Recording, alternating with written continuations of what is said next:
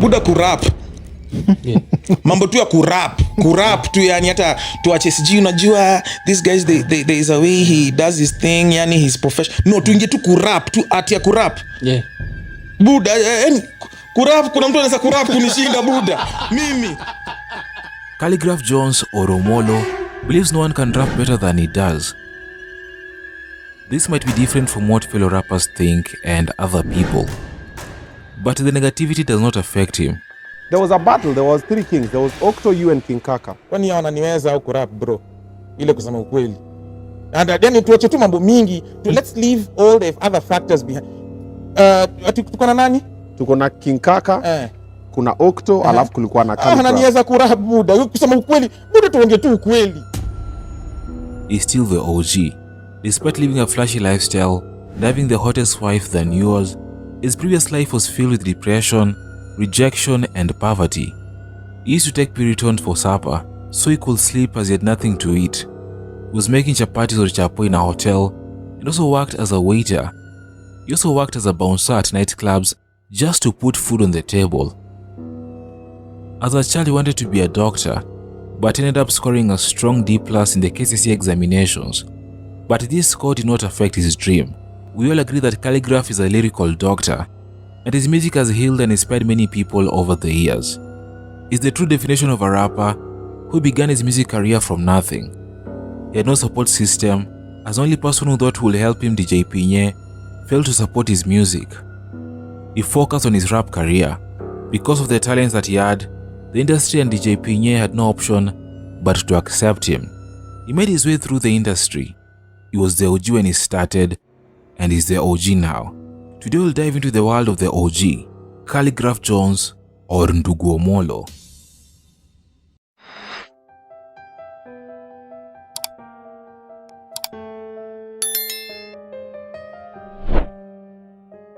Khaligraph Jones was born on 12th June 1990, the same year that Robert Ouko died, a Kenyan politician who was killed on 13th of February 1990, so he was named after him. And Khaligraph's real name is Brian Robert Ouko Omolo. He's the 4th born in a family of 6 children. His older brother Lamas Span Keobi, who is also a rapper, influenced Khaligraph to venture into music. He once said that his family background and childhood played a big part in shaping his artistry. Despite living in harsh conditions for most of his childhood life, they were rich at some point. His father, Omolo Sr., was a manager at a clearance and forwarding company, and they lived in an apartment at Komarok. To make you believe they really had money, his father had 12 cars, making him the richest man in the hood. Buda alikuwa anadu? Mzee alikuwa anafanya nini, alikuwa manager kwa nini ya company ya clearing and forwarding.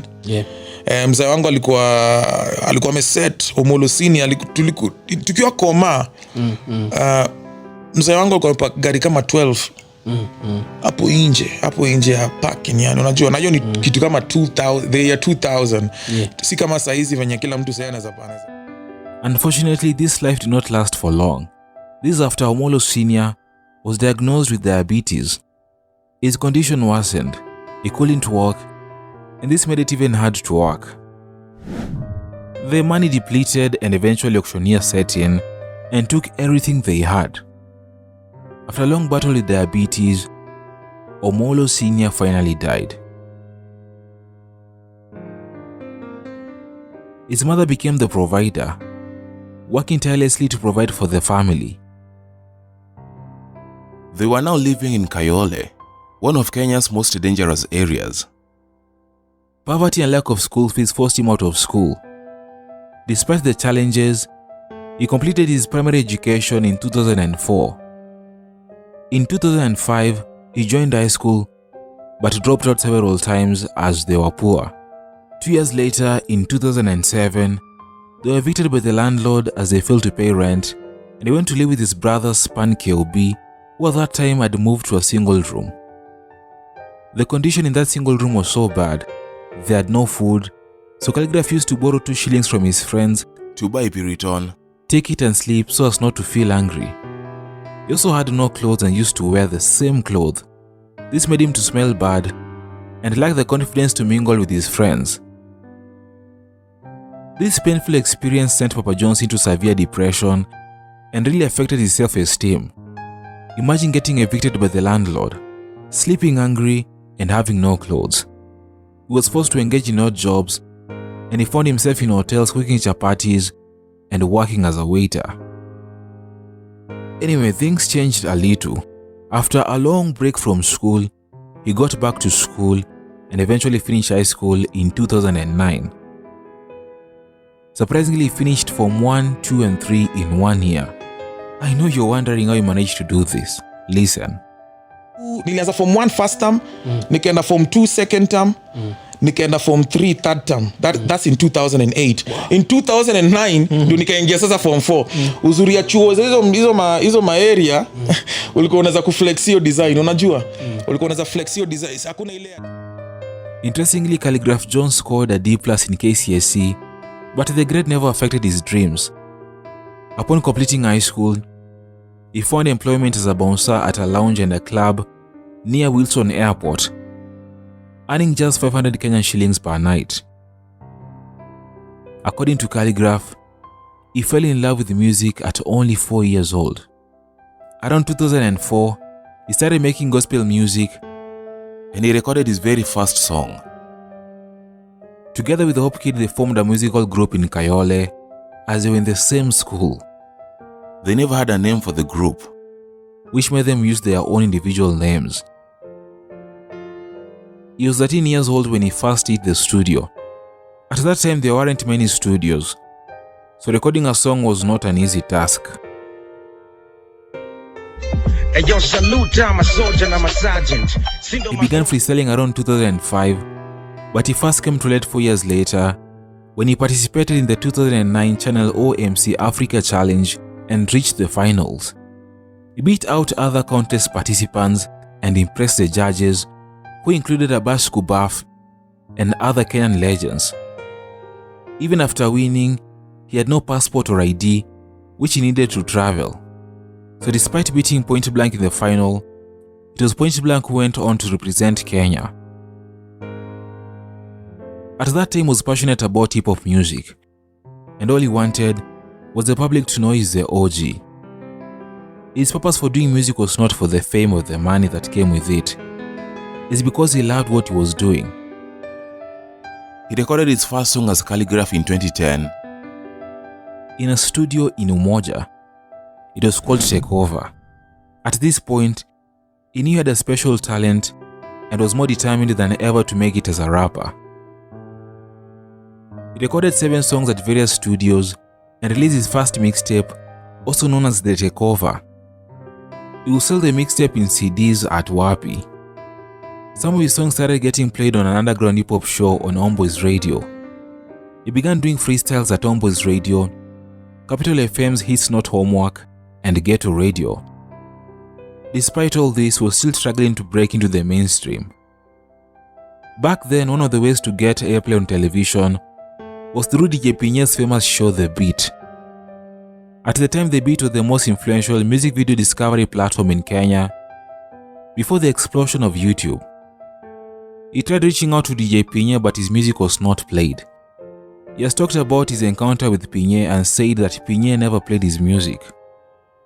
Yeah, but pia yani hiyo time nilikuwa no, kwanza Pinye alikuwa amenikasirisha hiyo time yani pia na hiyo jamaa kwanza. Jamaa alikuwa amenibo hiyo time manze. Joshu budanda yaje. Hiyo jamaa alitupigisha mboka nyingine time fulani amenombe tupeleke video huko Nation, tumeenda tumedunga hapo hivyo chini na Oxido manze, tumepeleka nini manze, tunakaa tunaongoja The Beat na yeye ndo ametuambia tupeleke jamaa tuchezi. Hiyo time hata kupata pesa ya kufanya video manze ilikuwa ni kesi yani saa. It now feels like DJ Pinye needs to apologize to the industry for killing the dreams of many young rappers. At this point, sina anything, yani, na feel like, but then I feel like he needs to apologize to the industry and say that Buddha, as nilifanya hapa hivi, I was out of line, I should have done. I apologize to nase wengi sana mimi najua who gave up on their dreams because of that nigga Pinye. Wengi. Despite the challenges, Khaligraph was getting even more famous for his creative freestyle rap sessions. He also began sharing his songs on SoundCloud and Reverb Nation. These platforms really helped him push his music. In 2012, he released a song called Tema Mavas with the rapper Abbas Kubaf. When we talk about collabos, then Christoph cannot miss in that list. He's one of the first people who did a collabo with Khaligraph, later introduced him to rapper STL, and together they did the remix of the track Biashara in 2012. This track was fire, it was a banger, and it was received well. The big moment for Omolo came in 2013 when he made the song Yego for a famous Kenyan sports person named Julius Yego. Most people love this song, both in Kenya and other countries in Africa. And this was just the beginning of Khaligraph dominance in the music industry. And he got even more popular because his songs were played a lot on the radio. These songs included Tattoo Kwa Thai, featuring Christoph, and Will Be Happening, which also featured Christoph. Over the years, his music has earned him multiple awards. In 2012, he made this tweet that one day he'll get to the BET, and some people made fun of that particular tweet as they thought it was impossible. What seemed as a joke became a reality in 2020 as he earned his first BET Hip Hop nomination in the Best International Flow category. Unfortunately, he lost the award to Stormzy, a UK rapper. He won the Best Rap Act of the Year at the 5th edition of the Afrima in 2018. In January 2020, Khaligraph scooped the award of the Best Hip Hop Act at Sound City MVP Awards, which were held in Lagos, Nigeria. Khaligraph Jones brought home the award, beating Yashinsky, Nigeria's Falz, and Ghana's Sarkodie, among other rappers. In 2019, he got the chance to be at the Coke Studio Africa, one of the biggest music platforms in Africa, and was paired with Nigerian singer Rude Boy. This year was chosen again for Season 2, together with Nikita Kering. We cannot talk about Khaligraph without talking about his beef with Octopizzo. They first met in 2008 at a freestyle and battle rap event, Wapi. Octopizzo was already one of the hottest rappers in Nairobi, and Khaligraph was just an upcoming rapper. According to Khaligraph, they first met in a battle rap round, where despite the crowd wanting Octopizzo to win, Khaligraph crushed him with his fast, lyrical flows and disses, making the crowd go crazy. And Khaligraph believes this was the origin of their beef. Over the years, Octopizzo has sent shots at Khaligraph in songs and interviews ever since. Away from music, Khaligraph is a family man. He's married to the beautiful Georgina Muteti, and together they have 2 kids. In the beginning, he had an affair with Karimi, also called Miss Kashi. Khaligraph Jones and Miss Kashi dropped a hit jam, Mikasa Sukasa, which became a massive hit. Unfortunately, the affair did not last, and they broke up. Khaligraph has been on the forefront in promoting talents. He has made deals with big companies in a bid to support young hip-hop talents. In 2021, made a deal with the sporting betting company Odibet under the Odi Mtaani initiative to launch the Ordinary Rap Challenge, where the winner got 1 million Kenyan shillings. He has done multiple collabos with upcoming rappers, and he tends to change the lives of many rappers in the future. Maybe that rapper is you or your brother or your sister, who knows? Khaligraph Jones or Ndugu Omolo still on a mission to take hip-hop to the global stage, and he keeps reminding us that he's the true OG. And I personally respect the OG.